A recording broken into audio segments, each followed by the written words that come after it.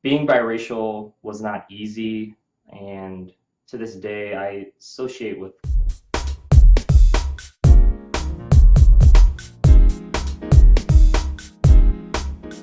Hey, this is Lance McGowan, and Cariela and today we're going to talk about what it's like to be biracial and even transnational for Cariela when it's her time to share in the next video. But yeah, the purpose of these videos is to have you just get to know us a little bit and figure out what's going on in our life and hopefully relate to something that we say and connect with something and let you know that you're not alone if it's in a struggle, or let you know that, hey, there's some victories, there's some struggles, there's some things going on, but this is the real, right? We just want to be real with you and really just have a great conversation. Yeah, absolutely. And I really want to know more about your experience in being a biracial man and just walking through the United States within that. So okay, yes, let's share a little bit. Let's take it way back in time. I got a baby picture here of, I believe I was like 6 months old here. If you can see that picture right there. Little baby Lance. I was not okay about that happening. My face was like, Yeah. I also had hair back then. So that's also, another thing. And so, yeah, my nationality is actually Korean and Black. I learned, as we learned in the previous video, it's North Korean. My mom escaped from North Korea.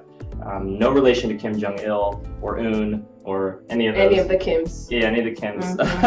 And then my dad was African American. Most people think I'm like Filipino or Thai. Yeah. I get that a lot, which is cool. And some people were like, "Are you sure you're Black?" And, and then when I do that, Let me tell you. Let me tell you. You know what I'm saying? And then they're like, "Oh, okay, I see it." And then there's also another picture of me when I was young with my sister Kelly. She's full Korean. With myself there and a Black girl behind me. So I always, even at a young age, I had a connection to the Black girls. Yeah. You know what I'm saying? So it's just. Your heart goes out to Yes. the beautiful, incrable Black women. Yes. Always. Always. I see you. Always. Not mad at it. Okay, that's right. Yes. So all shades though. I love all shades of awesome. So There's enough love right? for the people. Yeah, but I will share a little bit about what it was like growing up biracial from what my mom told me. She told me that when I was younger, some kids had called me Chinese, and I had come home crying because I was like, I'm not Chinese, and so I had identity crisis. It was hard for me growing up because I didn't really relate. I didn't speak Korean, but I looked more Korean. I knew a little bit of body parts and foods and greetings from a language standpoint. Most people didn't believe I was Black, and so I went to like all white elementary school, almost an all Black middle school, and then like an almost all white high school Catholic, and then I went to Ohio State for marketing and transportation, which was mixed but mostly white as well. Yeah. And it was the all Black middle school that was the most interesting experience. It was I was seen as the mixed kid, but was more Asian. And so I think the novelty of like, hey, there's somebody that's light skinned and thinks he's mixed, kind of, I guess. But yeah, it was, and I never grew out my hair, but in college at Ohio State, I actually grew out my hair and got braids and all that fun stuff. It's like curly fro, and then it started to thin out like after college. So I just was like, I'm gonna just cut it off, look more professional for work. And Yeah. Well, how did you feel walking through the two different cultures? I didn't like being made fun of as a kid because I looked more Asian.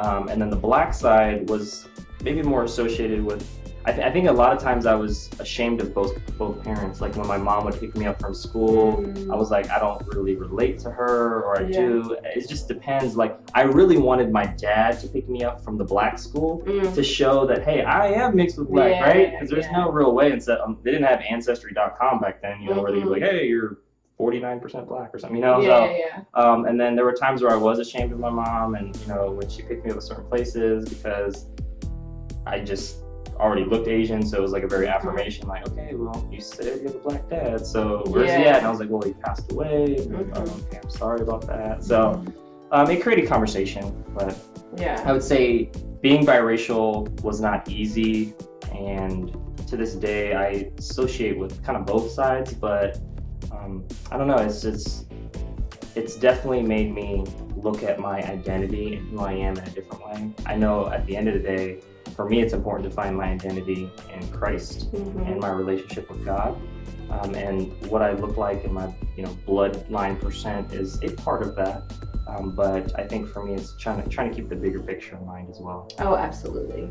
Definitely. Well, thank you so much for sharing your biracial experience in America. Yes, I'm glad to share it and excited to learn about your experience in the next video with being transnational as well as biracial and that whole American experience. So here we go. Thank you for watching again, and stay tuned for the next video. If you haven't watched the other ones, make sure to do that, and we'll see you then. Bye. Bye. Peace.